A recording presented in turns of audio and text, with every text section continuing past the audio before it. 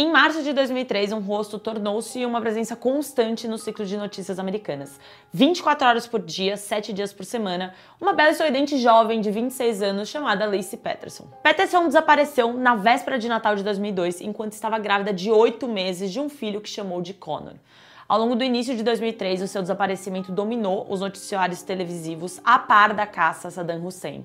A trágica história estabeleceu um elenco de personagens que cobriram tabloides durante anos, incluindo o belo marido de Laci, Scott Peterson, a amante de Scott e um bando de advogados famosos. O drama complicado provou que, mesmo com outros problemas mais sérios no mundo, os americanos tinham um apetite insaciável por true crime. Antes de voltar à história que cativou e distraiu milhões de pessoas, a gente te conta hoje o que você precisa saber sobre o desaparecimento e a morte de Laci Peterson, que tem agora uma série na Netflix, tá bombando. Laci Peterson desapareceu na véspera de Natal. Em 24 de dezembro de 2022, Scott e Laci Peterson acordaram juntos em sua casa em Modesto, Califórnia. Depois de tomar o café da manhã e assistir TV, o Scott saiu para pescar enquanto a Laci levava o cachorro do casal para passear. Mais tarde naquele dia, um vizinho encontrou seu cachorro, ainda com coleira, passeando sozinho na frente da casa. O Scott Peterson disse à polícia que primeiro dirigiu até seu armazém próximo para enviar e-mails, pegar seu barco, que levou para a Marina de Berkeley. Inclusive as provas, e-mails com data e hora e um recibo da Marina apoiaram o fato de que o Scott não teria nenhum envolvimento no desaparecimento. De acordo com Peterson, após cerca de 90 minutos de pesca, ele devolveu seu barco ao armazém, voltou para casa e foi tomar um banho. O Scott disse aos investigadores que presumiu que a Laci tinha ido para a casa da sua mãe quando voltou para casa e não viu ninguém. Ele ligou para a sogra procurando pela esposa. Meia hora depois, o padrasto de Laci ligou para a polícia para relatar que ela estava desaparecida. E aí começa a grande investigação envolvendo o crime que parou os Estados Unidos. Scott Peterson conheceu a polícia de Modesto no dia em que Laci desapareceu. A polícia sugeriu que eles fossem para a casa do casal, que seria o primeiro de muitos testes feitos em Scott para avaliar as suas reações diante de algumas investigações. Ele estava sendo investigado porque, por ser marido de Laci, ele entrou imediatamente no radar da polícia como suspeito, visto que a maioria dos atos de violência são cometidos por pessoas conhecidas da vítima. A polícia deu a Scott oportunidades de fornecer informações e demonstrar sua inocência, mas ele falhou na maioria desses testes. Por exemplo, quando entrevistado pela polícia na primeira noite em que Laci desapareceu, ele recusou-se a fazer o teste do polígrafo e continuou a recusar-se a fazer o teste de polígrafo em todas as oportunidades seguintes. Nos dias que se passaram, a polícia disse que Scott não fez muitas perguntas e parecia despreocupado com o andamento da investigação. E cá entre nós, esse desinteresse não combina muito com a atitude de um marido e futuro pai. A polícia notou o comportamento estranho de Scott, como o fato de ele não se lembrar do tipo de isca que ele usou quando supostamente foi pescar naquela manhã. Além de que a última coisa que ele parecia ligar era o desdobramento da investigação. E foi aí que a mídia interviu para a história ficar ainda mais atrativa. O desaparecimento de uma mulher grávida é bastante intrigante, mas foi a busca policial na casa de Peterson depois do Natal que alertou a mídia sobre a seriedade da investigação de Scott Peterson. De repente, o marido bonito e charmoso era um suspeito viável. E essa era uma história muito mais atrativa que qualquer outra. As redes de notícias nacionais imediatamente começaram a acampar nas ruas, atacando Scott sempre que ele entrava ou saía de sua casa e exasperando seus vizinhos com seus caminhões e luzes barulhentas. A polícia e eventualmente os advogados começaram a usar os meios de comunicação para divulgar informações para que os dois lados fossem amparados. Tanto rumores, como de que Laci tinha sido assassinada por um culto satânico, como fatos concretos, como a bomba envolvendo Scott estar escondendo uma amante.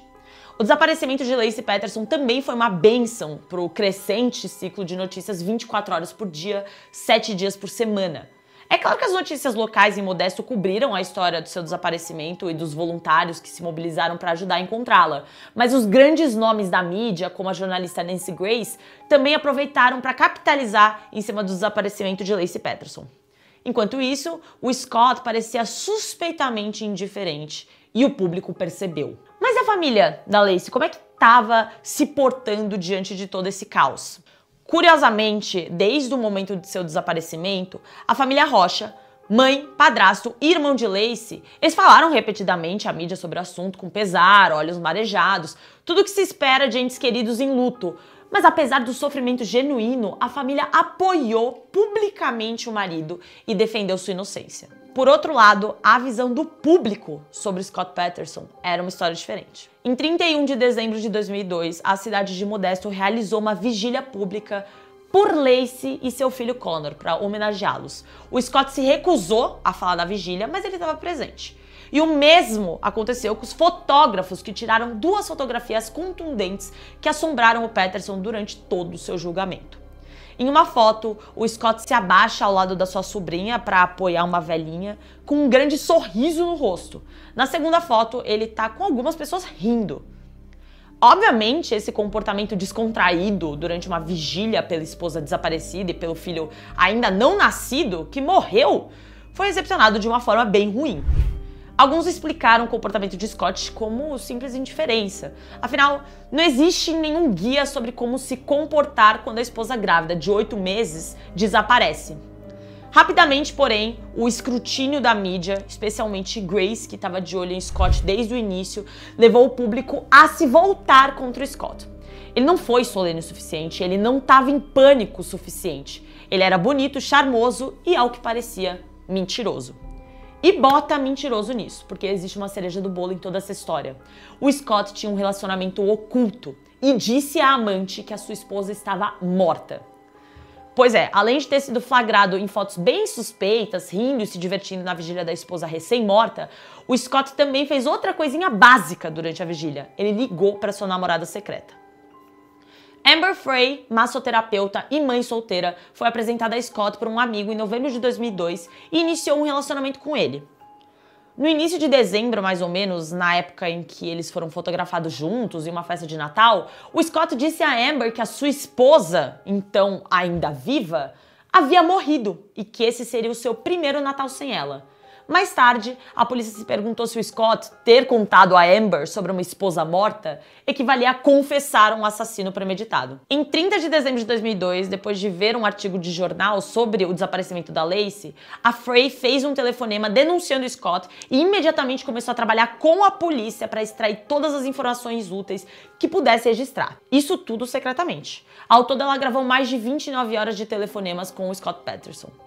Absolutamente ninguém sabia que a polícia tinha conhecimento do caso de Scott ou que Amber Frey estava gravando suas ligações.